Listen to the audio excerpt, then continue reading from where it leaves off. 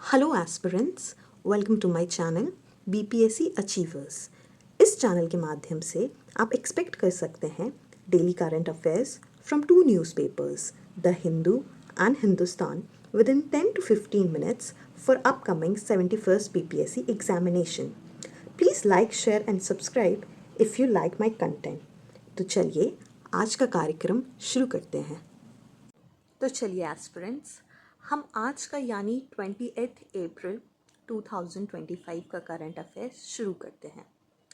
तियांगोन ultra ये अभी news में है। ये एक ह्यूमनॉइड रोबोट है और ये अभी न्यूज़ इसीलिए है क्योंकि इस रोबोट ने फर्स्ट पोजीशन हासिल किया है during the E town humanoid robot half marathon in Beijing, China. तो ये चाइना का प्रोग्रेस दिखा रहा है कि कैसे एक ह्यूमनॉइड रोबोट ह्यूमंस को भी पीछे छोड़ दिया एक मैराथन रेस में। ओके, आप चाहे तो मैं इसका पिक्चर आपको दिखा सकती हूँ। ये रहा वो ह्यूमनॉइड रोबोट जिसे चाइना ने डेवलप किया है। और ये साथ ही साथ ये पिक्चर में इनके साथ जो कॉम्पिटिटर्स लड़ रहे थे उनका पिक्चर नहीं आया है, बट एक वाइडर पिक्चर में आपको दिखेगा कि इनके साथ दो और पार्टिसिपेंट्स थे। हमारा दूसरा न्यूज़ है स्टेट ऑफ तमिलनाडु को लेके। तमिलनाडु ने एक ऑल्टरनेटिव बनाया है सेंटर का जो विश्वकर्मा स्कीम है उसको लेके। तो this can be a question कि which state has recently launch an alternative to the centre's Vishwakarma scheme. तो ये तमिलनाडु हो जाएगा। तो ये एक इम्पॉर्टेंट न्यूज़ हो जाता है because it is directly challenging the Vishwakarma scheme of central government. चलिए आगे की ओर चलते हैं। एशियन अंडर 18 एथलेटिक्स चैम्पियनशिप अभी दमान में हुआ है, सऊदी अरब में है ये। और इसमें इंडिया ने 11 मेडल्स जीता है। Okay, for the first time India जो है गोल्ड जीता है, 5 सिल्वर और 5 ब्रॉन्ज। ये तो याद करना इजी होगा, 5 silver 5 bronze plus 1 gold, and this gold is for the first time. ये गोल्ड जैवलिन थ्रो में हिमांशु झाकर ने जीता है। और ये इनका जो थ्रो था जैवलिन का वो था 67.57 मीटर्स का। ये हिमांशु झाकर एक इम्पॉर्टेंट पर्सनालिटी बन जाते हैं because he is the first one two win gold in Asian under 18 athletics championship. Okay, Himanshu का नाम आप लोग नोट कर लीजिएगा।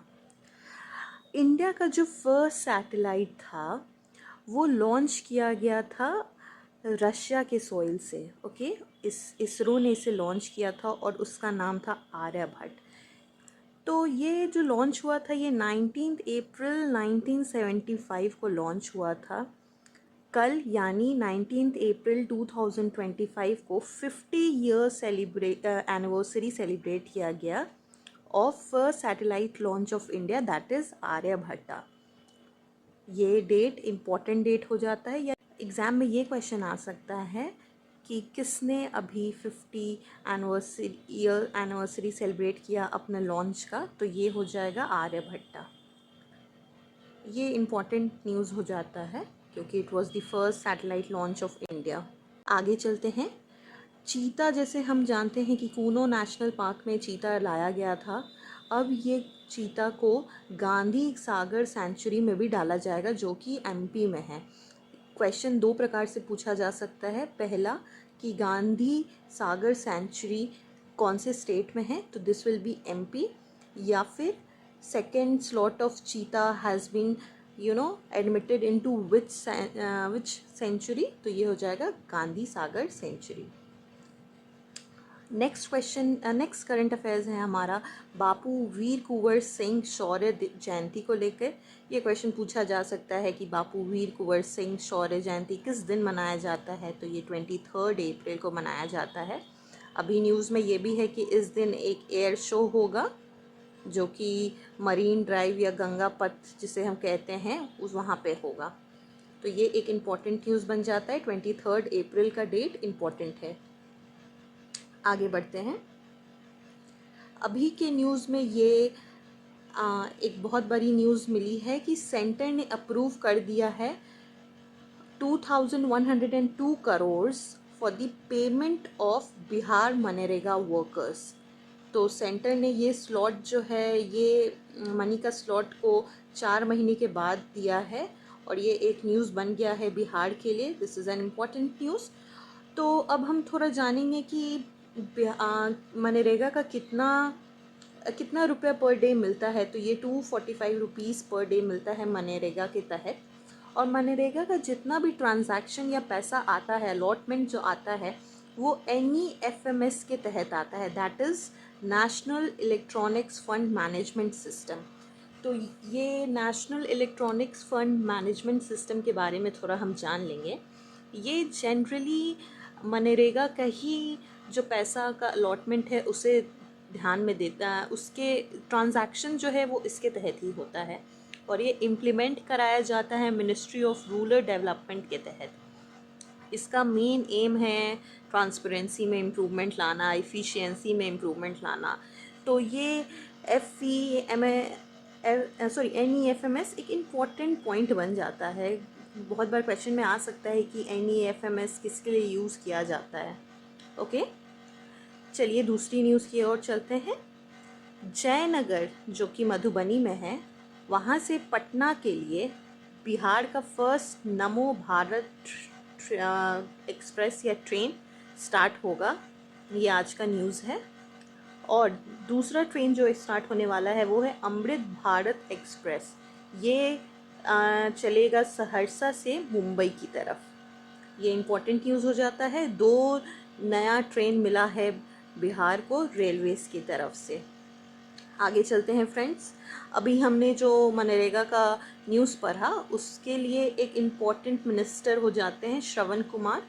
Who is Shravan Kumar? Shravan Kumar is the minister of rural development and parliamentary affairs in Bihar cabinet. जैसे कि मैं बोलती हूँ कि अक्सर ये क्वेश्चंस आते हैं प्रीलिम्स में कि who is the Panchayati Raj minister, who is the ST/SC welfare minister. तो इसी प्रकार से ये भी क्वेश्चन पूछा जा सकता है कि who is the minister of rural development and parliamentary affairs in Bihar. Okay, Shravan Kumar एक इम्पॉर्टेंट पर्सनालिटी बन जाते हैं। आगे की ओर चलते हैं फ्रेंड्स।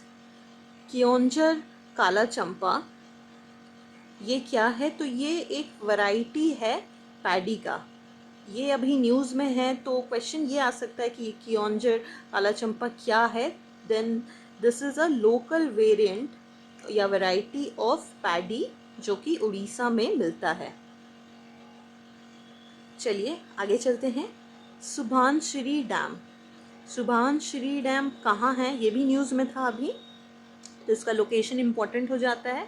तो ये अरुणाचल प्रदेश और असम के बाउंड्री पे है। ओके, ये सुभानश्री रिवर पे है and Subansiri river is the largest tributary of upper Brahmaputra. इसका लोकेशन इम्पॉर्टेंट हो जाता है और ये किसका ट्रिब्यूटरी है ये भी इम्पॉर्टेंट हो जाता है। आज के लिए इतना ही फ्रेंड्स, थैंक यू।